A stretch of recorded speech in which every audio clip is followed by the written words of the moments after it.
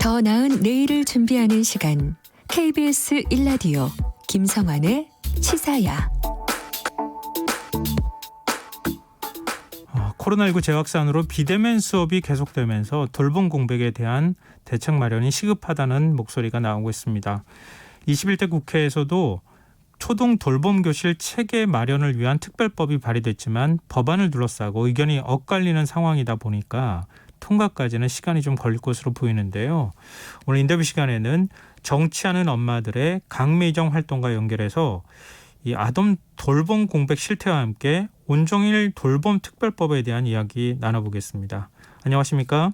안녕하세요. 네, 강미정 활동가께서도 초등학생 자녀가 있는 걸로 알고 있는데요.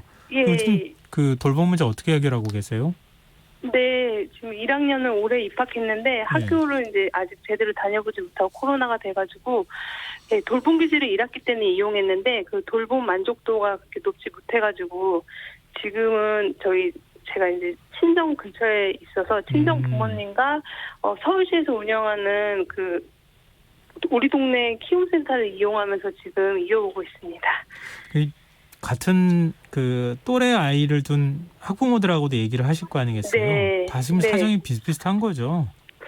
사정이 여러 면에서 더 힘든 경우는 정말 많고 저는 정말 운이 좋은 케이스고요. 저는 다른 부모님들 이야기 들어보면은 아무리 이 돌봄을 조부모님이나 여러 가지 학원으로 다 메꾸려고 해도 자기가 퇴근하는 시간에 2시간이 비어가지고 아이를 어쩔 수 없이 아이가 혼자서 기다려야 되는 상황도 벌어지는데 그게 지금 해결이 안 되는 부모님도 계시고 그다음에 이제 항상 사표 써야 된다는 생각으로 계속 이렇게 불안한 마음으로 맨날 출퇴근하는 엄마도 계시고 되게 힘든 상황인 것 같습니다.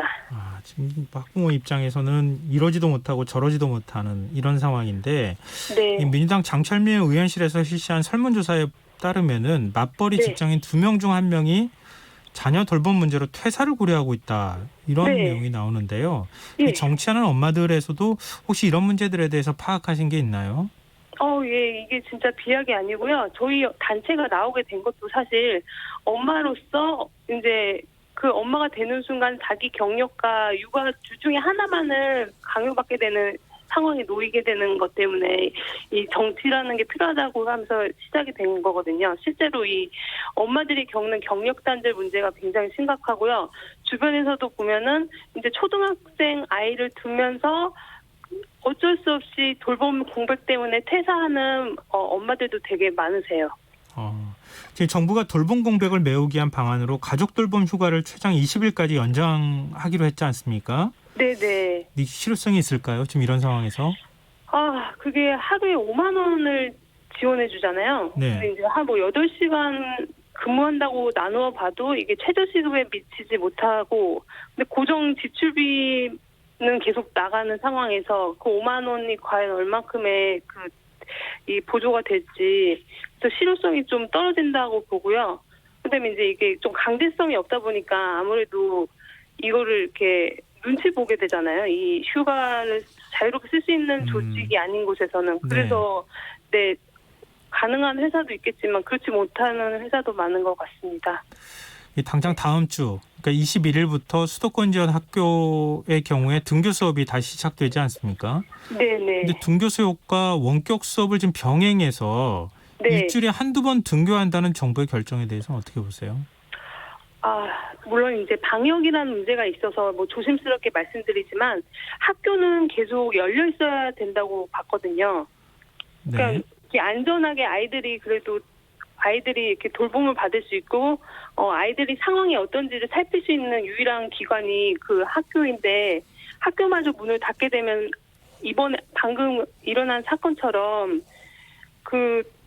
어디서 어떻게 보호를 받을지 알 수 없는 아이들이 어떤 상황에 처해 될지 그런 거를 학교라는 공간이 있었다면은 좀 더 이런 체계가 잡혔을 텐데 지금 학교가 방역을 위로 아예 닫히다 보니까 그런 상황도 알 수 없었고 그다음에 이제 아이들 간의 학령 격차도 생기고 그런 문제가 있었기 때문에 저는 학교가 좀 일주일에 한 번이라도 방역을 최대한 강화하면서 열려서 좀 아이들끼리도 서로 만날 수 있는 기회가 있고 또 그 안에서 이렇게 돌봄을 받는 기회가 필요하다고 봤거든요.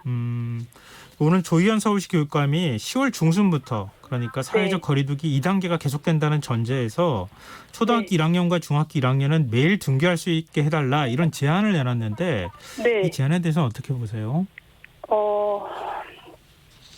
저는 방역을 이제 강화한다는 전제 하에서는 아이들이 좀 학교를 나갔으면 하는 마음이 컸기 때문에 네. 이 제안이 좀 전 긍정적으로 받아들여지고요. 네.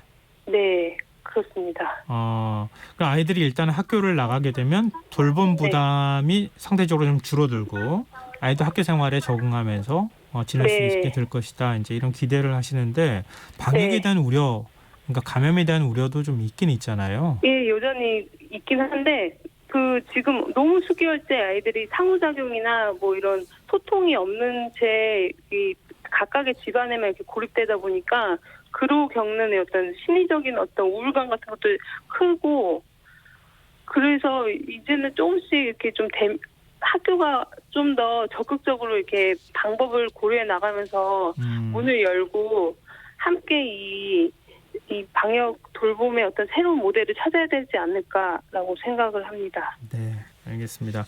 네. 지금 코로나19 장기화가 계속되면서 돌봄 사각지대에 대한 우려도 함께 나오고 있는데요. 네. 지난 14일에 인천에서 화재 사고로 초등학생 형제가 중차에 빠지는 일이 있지 않았습니까? 네네. 평소에 학교에 있었을 시간이면은 이런 사고가 일어나지 않았을 텐데 네. 이 형제들은 긴급 돌봄 교실 지원을 받을 수 없었던 건가요, 그때? 그 기사로만 봤을 때는 저기 한부모님이셨던 그 어머니께서 네. 그 긴급 돌봄을 신청하지 않고 가정 보육을 선택했다고 하시더라고요. 그런데 이제 실제로 그 돌봄 교실이 신청 대안을 두면 안 된다고 보거든요. 근데 이제까지 그 평상시의 돌봄이나 긴급 돌봄이나 맞벌이를 뭐 우선으로 한다든지 그런 제한이 많이 있어 왔고요. 예.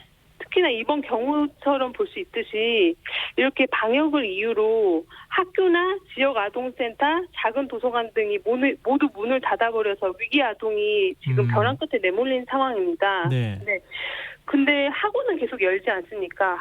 학원에는 계속 아이들은 있지요. 근데 돌봄 기관이 이렇게 문을 닫으면 취약계층은 더욱 갈 곳이 없어지고 그렇기 때문에 더욱이 이 뭔가 방역과 돌봄의 새로운 모델을 찾기 위해서라도 학교라는 공간을 좀 열어서 이런 다양한 아이들이 어디에 사각지대에 내몰리지 않도록 돌봐주고 살피는 노력을 좀 같이 해야 된다고 봅니다.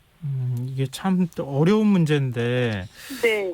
행정 서비스가 좀 세밀해야 되지 않을까 하는 생각도 좀 들거든요. 예. 그렇습니다. 참, 너무 안타깝습니다. 네, 이런 방법을 만들어내는 게 참 쉽지는 않은데 이렇게 돌봄 공백을 좀 최소화하기 위한 법안들이 발의가 되고 있지 않습니까? 국회에서. 예.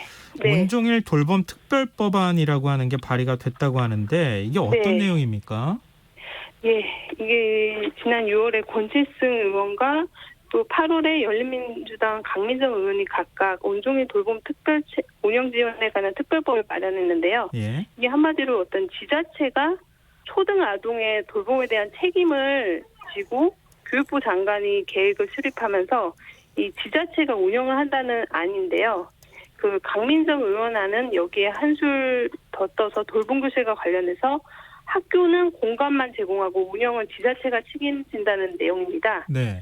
근데 이제 취지로 봤을 때는 이 어떤 공적 돌봄 체계가 마련되지 못해서 어떤 법적 근거를 마련하겠다는 법안으로 보여서 그런 취지로는 나왔지만 실상 이게 보면은 학교가 아닌 지자체가 운영한다는 거는 아이들 입장에서 봤을 때는 학교의 주인이 학생들이 아닌 그냥 학교를 이용하는 그냥 이용자로만 보고 있다는 법안이거든요. 네. 네.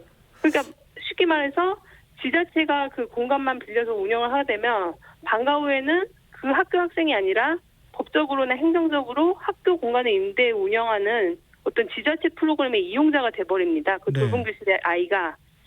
그럼 저희 엄마 입장에서는 가장 우려가 되는 게 제 아이가 제 학교에 있는데도 외부인으로 존재하면은 돌봄교실에서 뭔가 사고가 발생했을 때 책임자는 누구일지, 아니면 학생들끼리 다툼이 일어났을 때 그게 이제 학교의 학폭위에 이게 구제를 받을 수 있는 사안인지, 아니면 이게 지자체의 사안이라면서 이게 해결이 안 되는 문제인지, 뭐 여러 가지 그 관리 주체 때문에 오는 여러 가지 혼선이 있을 것 같고요. 기본적으로 이거는 아이 입장에서는 딱 그 학교라는 공간이 딱 배움과 가르침의 공간만 학교가 아니고 1학년 들어간 아직 그 저학년 아이들 입장에서는 돌봄이나 가르침이 별로 분리가 되지 않고 하나의 교육으로 느껴질 텐데, 이거를 딱 학교의 영역은 가르침, 그 밖의 일은 뭐 지자체나 뭐 다른 책임이 있다라고 하는 관점은 아이 입장에서는 굉장히 이거는 폭력적인 것 같고요. 그다음에 이 법안을 발의할 때 학부모 의견이 없었다는 점이 매우 유감스럽습니다. 근데 이게 좀 정치하는 엄마들에서 이런 판단을 하고 계시는 거잖아요. 예. 근데 지금 법안을 발의하는 의원들은 돌봄교실 운영 주체를 지자체로 명시하게 되면 예산 지원을 비롯한 안정적인 운영이 가능하다, 이런 입장이고, 정규제나 교청 같은 교원단체에서는 지자체 중심 운영은 학교 수업이나 돌봄교실의 질을 모두 높일 것이다, 이렇게 긍정적으로 평가하고 있어요. 네. 이게 어떻게 하루아침에 그 지자체에서 예산이나 운영 프로그램이나 뭐 인력이 하루아침에 나오는 게 아니지 않습니까? 네. 그리고 그 공무원 총 정원제에 묶여서 담당 공무원이 나올 수도 없는 거고요. 이런 법안을 만드셨을 때 이런 현실적인 그런 그 문제를 충분히 아셨을 텐데도 법안을 발의한 거는, 이거는 뭐 교사의 편의만 생각했다고밖에 볼 수 없거든요. 학교에서 운영하던 것을 지자체가 책임져 주니까 또 선생님들의 부담도 좀 줄어들게 되고. 예, 지자체가 책임진다는 건 지자체가 위탁을 할 수밖에 없고, 위탁을 한다는 건 이게 민영화가 된다는 것이지 않습니까? 그러면 이걸로 사업이 된다는 건데, 그러면은 이게 민영화가 되면은 수익을 생각하지 않을 수 없잖아요. 그럼 그 안에서 어떤 돌봄의 질을 전혀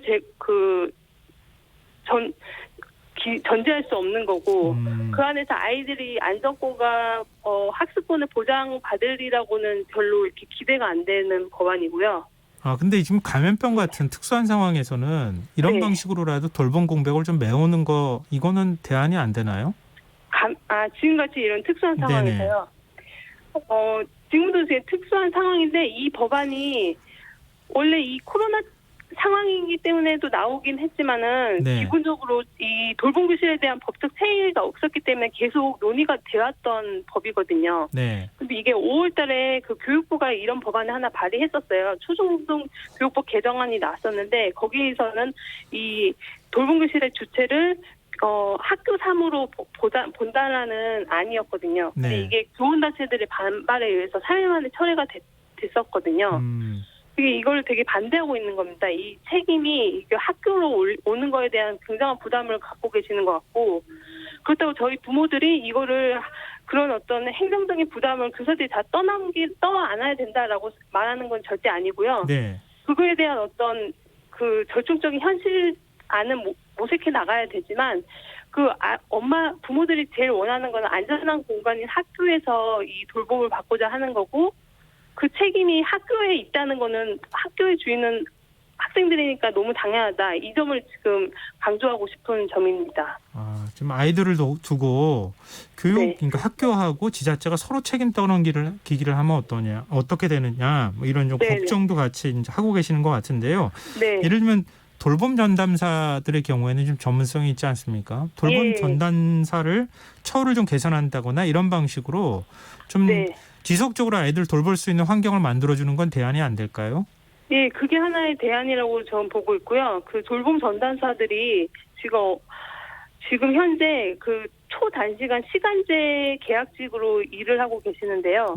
이분들의 그 처우나 일자리가 전일제로 전환되고, 그런 행정 업무를 다 이 돌봄 전담사들이 하시면서 고용 안정과 일자리 안정이 된다면은 충분히 이 돌봄교실이 학교에서 잘 운영이 될 것 같은데, 그 인건비를 되게 아끼려고 하는 것 같아요, 정부 측에서. 참 이 지자체 책임으로 가게 되면 이제 그런 문제도 해결이 되면 좋겠는데 네. 네, 이후 논의사항을 좀 보고요. 마지막으로 이거 하나만 좀 여쭤보겠습니다. 예. 그 지난 5월에 발생한 천안 아동학대 사망 사건. 네. 당시 이제 가해자인 어머니에게 징역 22년이 지금 선고가 됐는데요. 정치하는 엄마들에서 천안시장을 포함한 관계자들을 고발하셨어요. 그 이유가 네네. 뭐죠? 네, 이게 이제 굉장히 기사가 많이 나왔고 너무 끔찍한 아동 학대 사건이었고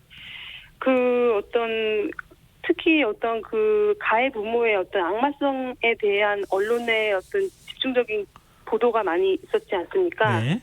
근데 저희가 이거를 김상희 의원실 통해서 입수한 어떤 사건 경위를 다 훑어봤거든요. 네. 처음에 어떻게 시작이 됐고 어떻게 신고가 들어갔고 대처가 됐는지 다 살펴봤더니 결코 이게 어떤 가해자의 악마성만 비난할 일이 아니라고 판단했습니다. 네. 네. 지난해 학대 사망 아동 42명 중에 아동보호 전문기관의 사례 관리를 받고 있던, 그러니까 이미 신고가 들어와서 이렇게 관리가 되던 아이들 중에서 사망한 아동이 6명이거든요. 재학대가 일어놓고 사망까지 이루어진 경우가 6명이고요.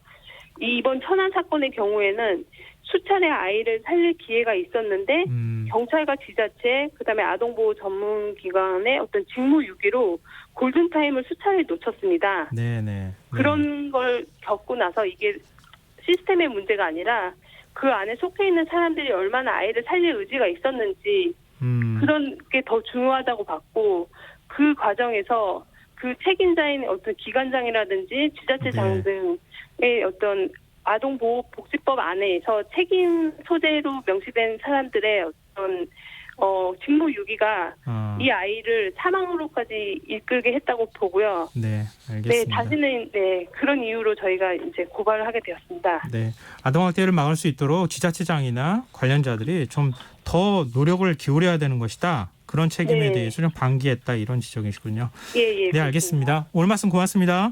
네, 감사합니다. 네, 지금까지 정치하는 엄마들 강미정 활동가와 이야기 나눠봤습니다. KBS 1라디오 김성환의 시사 1부 순서는 여기서 마무리하겠습니다. 1부 끝곡으로 케이티 페리의 로어 들으시고요. 전 11시 정각 2부에 다시 오겠습니다.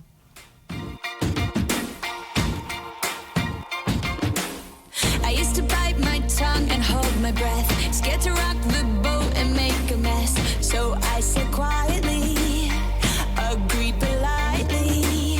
I guess that I forgot I had a choice. I let you push me past the breaking point. I stood for nothing, so I fell for everything. You held me down, but I got up, already brushing off the dust. You hear my voice, you hear that sound, like thunder gonna shake the ground. You held me